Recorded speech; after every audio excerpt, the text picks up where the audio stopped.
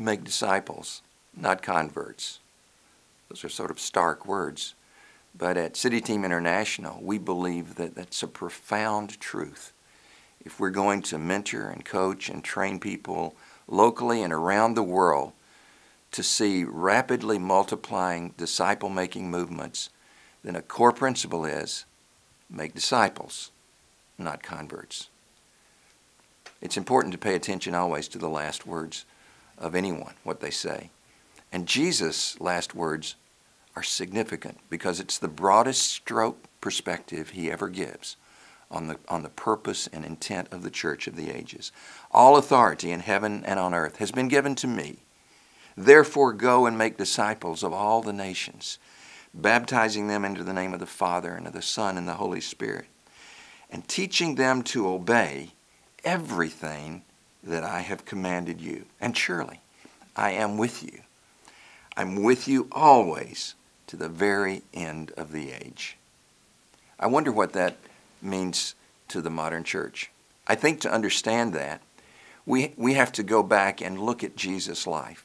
Jesus had 36 months, can you imagine? Just 36 months to fulfill the intent of heaven and eternity on earth, to bring to the grace of God, the work of God to its fruition on earth. 36 months, my goodness.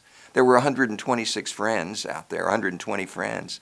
There were 12 of his closest disciples, and of those 12, there were 3, Peter, James, and John, that were the inner circle, and of those, Peter got most of the time.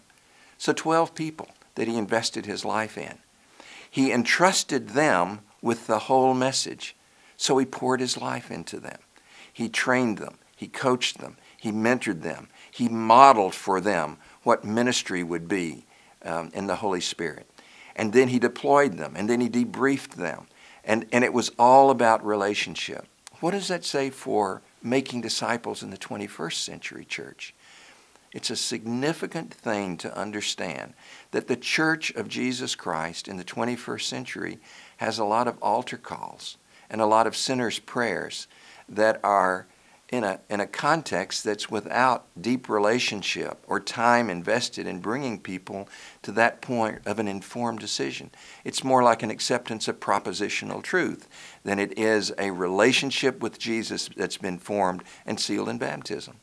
And then after the sinner's prayer, there may be baptism and a discipleship class that may last 4 to 6 weeks, and we say that's discipleship. Well, how's that working out for us? The reality is that disciple-making movements focus on making disciples. And that's why we see sometimes within 4 to 6 weeks of a Discovery Bible study, we'll see transformation beginning to happen in families. Because as they're obeying, they're experiencing the favor and blessing of God, and their lives are beginning to change. It takes time. It takes relationship to make disciples Jesus' way. But the payoff is extraordinary. In John 15, there are many, many blessings that come in Jesus' last words in the upper room to the disciples as what follows obedience, including these: if you abide in me, and my words abide in you, you will ask what you desire, and it will be done for you.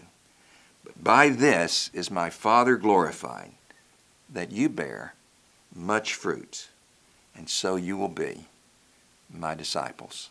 What a great way to live your life.